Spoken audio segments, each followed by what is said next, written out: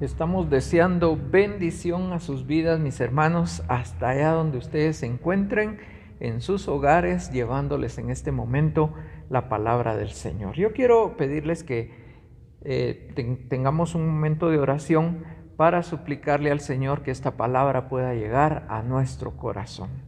Padre que estás en los cielos, te bendecimos, te glorificamos, Señor.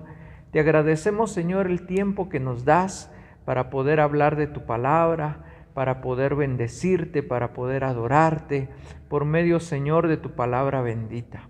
Hoy, Señor, la abrimos con la intención de que hables a nuestro corazón, a nuestra vida, y que esa edificación, Señor, pueda traer, Señor, una renovación a nuestra vida, y podamos dar, Señor, un poco más la estatura del varón perfecto, Señor, para agradarte a ti en todos nuestros caminos, Señor. Bendita palabra del Señor. Amén. Quiero invitarles, mis hermanos, ahí en su casita que puedan ir a la palabra del Señor. Vamos a estar abriendo nuestra Biblia en la segunda carta de Timoteo, capítulo 2, y vamos a ver los versículos del 4 al 6. Segunda carta de Pablo a Timoteo, capítulo 2, en sus versículos del 4 al 6. Dice la palabra del Señor, hablándole Pablo a Timoteo, dice: tú pues sufre penalidades como buen soldado de Jesucristo. Ninguno que milita se enreda en los negocios de la vida, a fin de agradar a aquel que lo tomó por soldado. Y también el que lucha como atleta no es coronado, sino lucha legítimamente. El labrador, para participar de los frutos, debe trabajar primero. Creo, mis hermanos, que este pasaje ya en algún momento de nuestra vida cristiana lo hemos leído. Y es tan edificante, tanta información que hay acá con respecto a estos tres personajes que hay acá. Si nosotros podemos verlos, hay un labrador, hay un atleta y hay un soldado. Y cada uno de ellos representa la vida cristiana que nosotros llevamos a través de la vida, dependiendo el tiempo, el momento en que nosotros venimos al Señor Jesucristo. Pero revisando esta palabra, a mí me saltaba a mi corazón cómo cada uno de las partes de la Trinidad, el Dios mismo, se compara con estas situaciones que están acá. Y quisiéramos revisar un poquito acerca de esto. Y vamos a empezar precisamente con el labrador. Creo que en los tiempos antiguos, tal vez nuestro abuelo o nuestro bisabuelo fueron personas que trabajaban la tierra, que tenían sus terrenitos, ya sea en la montaña o lejos de casa, y que salían de madrugada a labrar la tierra. Y ya por la tarde regresaban ya a comer y a descansar un poco, a asearse y a dormir, porque en el día siguiente tenían que madrugar para volver a ir a trabajar la tierra. Y con el tiempo las grandes industrias empezaron a hacer esos cultivos por medio de maquinarias, por medio de cosas que facilitaban la agricultura. De tal manera que ahora nosotros, cuando le preguntamos al niño de dónde vienen los tomates, dice el niño, pues vienen del refrigerador, ¿va? Y si le decimos, no, pero ¿dónde se compra? Pues en el supermercado, ¿verdad? Y entonces ya no tienen mucha noción de cómo es el trabajar la tierra para poder obtener estos alimentos. Pero revisando la palabra del Señor, nos damos cuenta que el Padre se refiere directamente como un labrador de la tierra. Y eso lo podemos ver en Génesis capítulo 2 y versículo 8, que nos habla cuando Dios formó al primer hombre, a la primera mujer, y les estableció un lugar especial.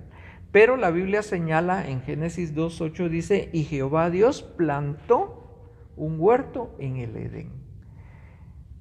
No dice la Biblia que tronó los dedos y ya apareció todo, ¿verdad? Sino dice que plantó un huerto. Entonces nosotros podemos ver claramente que el Padre es un labrador. Y realmente cuando nos vamos a través de la palabra nos damos cuenta que la misma palabra confirma esto que pasó. Podemos ver también de que Adán recibió una ordenanza.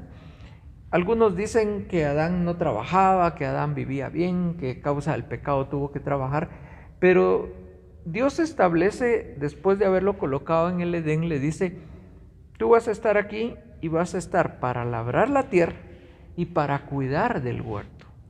Entonces él sí desarrollaba un trabajo, sí desarrollaba una función. Y lo mismo que el Padre había hecho como un labrador, también le dijo a Adán que lo ejerciera. Y entonces nosotros podemos ver cómo el Padre se señala como un labrador. Cuando ya el Señor Jesucristo viene, empieza a decir Él que nosotros somos como unos pámpanos unidos a la vid. Él dice: ustedes son los plantíos, los pámpanos que están unidos a la vid. Y Él dice: yo soy la vid verdadera y mi Padre es el labrador. Entonces vuelve a aparecer ahí otra vez la función del Padre como un labrador y también el Hijo como una vid. Pero hay algo que llama mi atención muy fuerte. Y fíjense que hay un pasaje en Mateo capítulo 13 y versículo 8, donde habla directamente de un buen sembrador que salió a sembrar. Y dice: y parte de la semilla cayó junto al camino, y parte de la semilla cayó en pedregales, y parte de la semilla cayó en espinos, y parte de la semilla cayó en buena tierra, la cual, dice, dio al 100 por uno, al 60 y al 30 por uno. Y eso es precisamente lo que me llama a mí la atención, porque cuando el Padre Celestial establece sus mandamientos, Él establece una serie de ordenanzas que a la verdad son 613 ordenanzas las que están en la Biblia, hablando de la parte del Torá, que son los primeros 5 libros de la Biblia. Cuando el Señor establece estas normas, dice la Biblia que no eran normas difíciles de llevar, eran normas de acuerdo a la capacidad de las personas. Y para no ir tan lejos y no hacerlo tan grande con las 613 ordenanzas, nosotros podemos fijarnos en los 10 mandamientos. Y los 10 mandamientos nos señalan varios no y varias cosas que tenemos que hacer. Pero esos mandamientos como que resumen toda la ley. Y dice la Biblia que nosotros debemos de apegarnos a ellos y tratar de cumplirlos. Este pasaje de Deuteronomio capítulo 8 y versículo 1 me gusta mucho, porque dice: cuidaréis de poner por obra. No dice ahí: si ustedes no cumplen se van a condenar, si ustedes no cumplen me van a desagradar, sino que dice: cuiden de poner por obra estos mandamientos. Entonces el Señor nos pide directamente que nosotros, como una tierra que hemos recibido la semilla de la palabra del Señor, procuremos dar ese fruto. Pero ese fruto lo podemos dar al 30%, al 60% o al 100%. Entonces nosotros podemos ver muchas clases diferentes de cristianos. Hay cristianos que nosotros los vemos de vez en cuando. Cuando lo vemos, le dice: hermanito, ¿cómo está? Qué bueno que vino a la iglesia. Y entonces nos empieza a contar sus problemas. Empieza a decir: sí, viera que me ha ido mal, viera que perdí mi trabajo, viera que tuve una enfermedad y ahora estoy tratando de buscar al Señor otra vez. Y bueno, el hermanito viene y empieza a buscar del Señor y lo vemos en los servicios. Y de repente, pues que ya el Señor lo sanó, ya se siente bien, de repente que ya encontró un trabajo, de repente que ya está bien y otra vez se vuelve a desaparecer. Y uno dice: ¿por qué seremos llevados así como por mal? Que mientras estamos mal buscamos al Señor y mientras ya todo está bien, entonces ya no le buscamos. Pero es precisamente estas personas que solo dan al 30%. Ahora, lo más fabuloso y lo más grandioso de esto es que el Señor los recibe de esta manera. Para nosotros, los que somos así muy radicales, diríamos: bueno, ¿es o no es cristiano? Porque está un rato, está otro rato, y siendo uno radical, a veces le es molesto el ver esta clase de personas. Pero sin embargo, el Señor los ama de esa manera. El Señor los recibe en su reino cuantas veces ellos quieran regresar, porque Él está poniendo una tarifa tan baja realmente.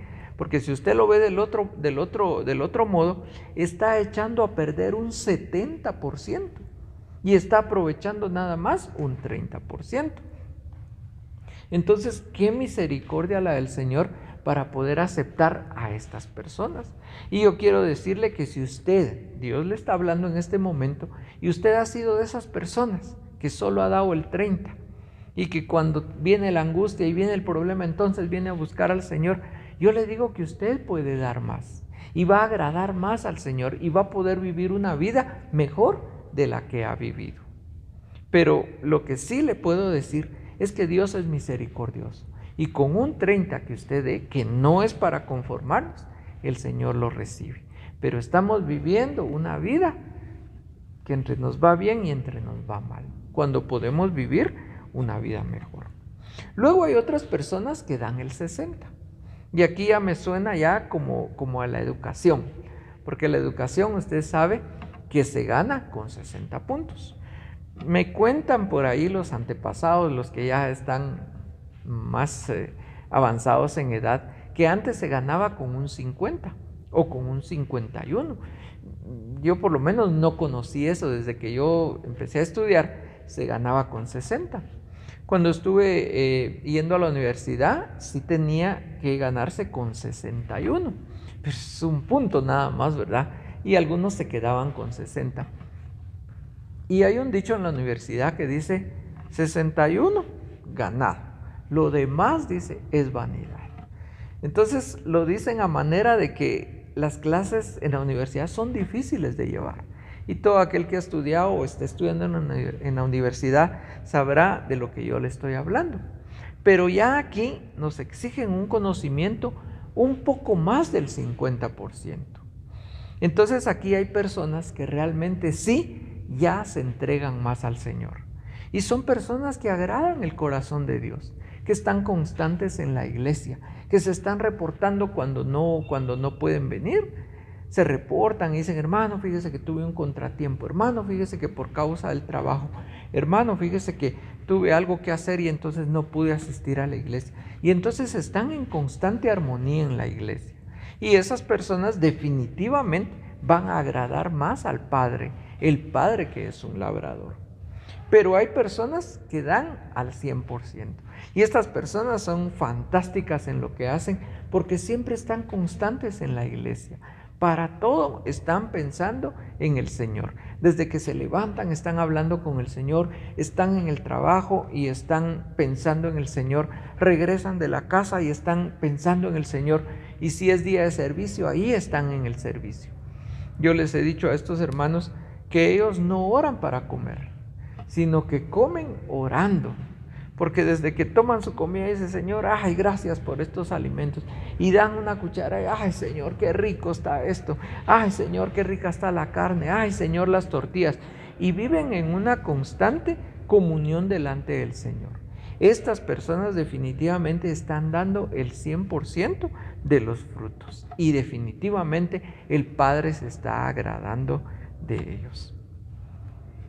Esto es el Padre como labrador. Tendríamos que hablar aquí muchas cosas, tales como que los que dan fruto, dice la Biblia que el Señor los poda para que den más fruto. Pero aquel que no da fruto, dice que lo quita, porque está ocupando la tierra en vano. Tendríamos muchas cosas que hablar acerca del Padre como labrador, pero ahora queremos pasar al atleta. Todos en algún momento de nuestra vida creo que hemos entrado a alguna competencia. Los juegos, por ejemplo, el básquetbol, el fútbol, siempre se relacionan en competencia y en rivalidades. La Biblia dice que nosotros no debemos de hacer nada por rivalidad. Y yo creo que eso entró a mi corazón tanto que yo me alejé mucho de los juegos, que era de pelearse por una pelota. Decía yo en broma: ¿por qué no les dan una pelota a cada uno y así no se pelean solo por una? Pero era parte del juego. Pero cuando nosotros nos enfocamos en un atleta, nosotros podemos ver a las personas que regularmente salen a hacer ejercicio, y realmente la persona que hace ejercicio, después de que lo ha hecho, se siente muy bien. Hay una satisfacción, hay una cosa como que todo el cuerpo se usó, como que todo el cuerpo se puso en acción, y es una satisfacción muy buena. Pero el atleta, nosotros podemos ver a las diferentes personas como las que están empezando y como las que ya son expertas. Porque si usted sale, por ejemplo, aquí en el área de Jocotenango, tenemos un lugar que se llama La Rinconada. Y es un camino bien largo, la otra vez estaba contando yo, son 7 kilómetros los que hay hasta el tope. Y cuando uno va en la mañana ahí, el aire es bien fresco, casi no pasan vehículos y hay muchas personas que salen a hacer deporte en ese lugar. Pero cuando uno los ve, se da cuenta quiénes son expertos y quiénes están empezando. Porque cuando uno ve personas, algunas llevan su pachón en la mano, otras llevan su bolsita aquí amarrada, otras llevan su celular en la mano y van oyendo música, otros llevan a sus perros, algunos se les hace un ruido aquí porque se ponen un plástico para que dice que ahí sudan y entonces la grasa se les quita. Y miren, se ve tanta cosa en estos atletas, pero cuando uno ve a una persona experta, uno se queda admirado, porque esa persona lleva lo mínimo, lo normal de ropa. Digamos una playerita nada más, una pantaloneta, sus tenis y vámonos. No está pensando en llevar su pachón con agua, no está pensando en que va a llevar el teléfono, que va a llevar la billetera por si va a comprar algo ahí. No, él va dedicado a correr. Y realmente agarrarles el paso a esas personas es bastante difícil. Yo me acuerdo un día iba yo para allá y me iba caminando y regresaba corriendo. Y cuando yo iba caminando pasó esta muchacha corriendo para arriba. Y cuando yo venía de regreso, ella venía corriendo también. Pero en ningún momento pude mantenerle el paso, porque era directamente un atleta. Y como les digo, nada más su playerita, su pantaloneta, sus tenis y vámonos. Entonces, esto nos lleva directamente a lo que la palabra del Señor dice. Que si nosotros emprendemos la carrera que tenemos por delante, debemos de despojarnos de todo aquello que nos causa un peso. Y aquí miren, aparecen un montón de cosas que pesan en nuestro corazón. A veces venimos arrastrando cosas del pasado. Y cuando venimos arrastrando cosas del pasado, eso nos hacen detenernos y no poder avanzar. Y si nosotros no avanzamos, no vamos a llegar a la estatura que el Señor quiere, sino que siempre vamos a estar con constantes peros, con constantes achaques, no dejando desarrollar la carrera realmente en nosotros. Pero el Señor nos dice que nosotros debemos de dejar todo peso para poder avanzar en esta carrera. Y ahorita quiero leerles un pasaje y quiero que por favor lo lean ahí en su pantalla. Vamos a ir nosotros a la carta a los Filipenses, capítulo 2, y vamos a estar leyendo desde el versículo 5 hasta el versículo 11. Y miren, este es un pasaje que realmente me fascina a mí, porque aquí está la carrera del Señor Jesucristo. Aquí está desde sus inicios hasta sus finales. Realmente en estos pocos versículos la palabra del Señor nos marca cómo el Señor Jesucristo realizó su carrera. Y por eso podemos comparar al Hijo de Dios, al Señor Jesucristo, como un atleta. Entonces leamos ahí. Filipenses capítulo 2, en su versículo 5 al 11. Haya pues en vosotros este mismo sentir que hubo también en Cristo Jesús, el cual, siendo en forma de Dios, no estimó el ser igual a Dios como cosa a que aferrarse, sino que se despojó a sí mismo, tomando forma de siervo, hecho semejante a los hombres.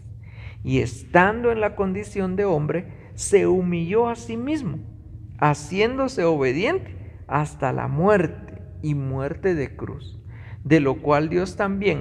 por lo cual Dios también le exaltó hasta lo sumo y le dio un nombre que es sobre todo nombre, para que en el nombre de Jesús se doble toda rodilla de los que están en los cielos y en la tierra y debajo de la tierra, y toda lengua confiese que Jesucristo es el Señor, para gloria de Dios Padre. Mire qué precioso este pasaje. Realmente relata desde que el Señor se despojó de su gloria allá en la eternidad para poder venir a la tierra. Solo el hecho de haberse convertido en un hombre ya era una cosa humillante. Pero dice que Él, estando en la condición de hombre, también se humilló en una manera obediente. Y en esa obediencia murió en la cruz por nuestros pecados. Y luego de haber resucitado, dice que Dios le dio un nombre que es sobre todo nombre. Y ahora está sentado a la diestra del Padre, intercediendo por nosotros. Ahora imagínense usted, si hay alguien experto en la carrera, es el Señor Jesucristo. Y puede tener compasión de nosotros, que estamos también en una carrera. Porque déjeme decirle que desde el momento en que aceptamos al Señor Jesucristo, nosotros empezamos una carrera. Y esa carrera no la vamos a terminar, no la vamos a acabar hasta que lleguemos al cielo. Esa es nuestra meta. Entonces nosotros aceptamos a Cristo y empezamos a buscarle. Luego somos bautizados en agua y seguimos buscándole. Luego participamos de la cena del Señor y seguimos buscándole. Viene la llenura del Espíritu Santo y seguimos buscándole. Vienen los dones a nuestra vida y las manifestaciones del Espíritu Santo y empezamos a tener experiencias personales con el Señor, pero seguimos buscando y seguimos en esa carrera.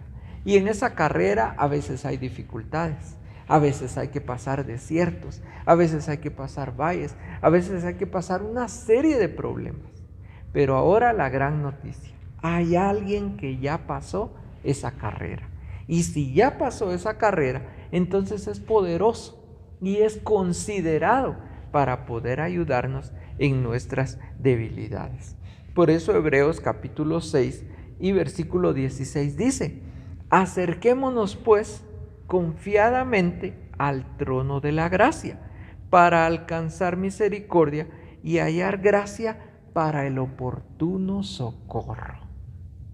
Mire qué bonito poder acercarnos confiadamente. Si nosotros recordamos un poquito, antes para poder entrar al lugar santísimo donde Dios se manifestaba, había que entrar al lugar santísimo.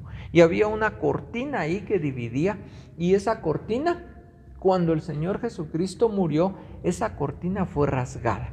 Dice la Biblia claramente que fue rasgada de arriba hacia abajo, para que no dijeran algún hombre la rasgó de abajo para arriba, sino que fue de arriba hacia abajo. Entonces eso muestra que Dios abrió un camino para que nosotros podamos acercarnos confiadamente al Señor Jesucristo y poderle pedir ayuda en nuestras debilidades.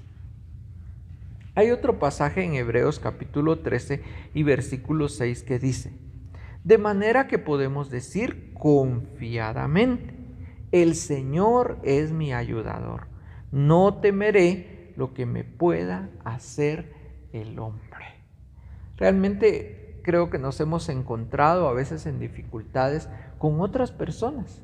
Y cuando son cristianos, pues podemos acudir a alguien líder dentro de la iglesia, alguien con eminencia en la iglesia, y poder solventar estos problemas. Pero a veces tenemos problemas con el vecino que es inconverso. Tenemos problemas con los compañeros de trabajo que son inconversos. Pero entonces no vamos a tener ningún problema si nos acercamos confiadamente al Señor, porque Él va a ser nuestro ayudador y vamos a poder decir: no voy a temer lo que pueda hacerme el hombre.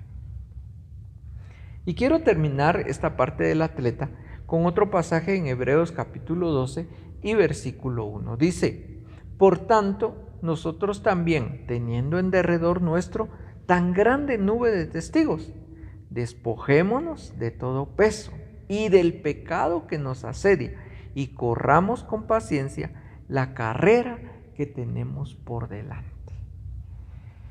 Aquí hay algo que quiero subrayar, porque he conocido hermanos que han tomado la carrera del Evangelio como una carrera de 100 metros.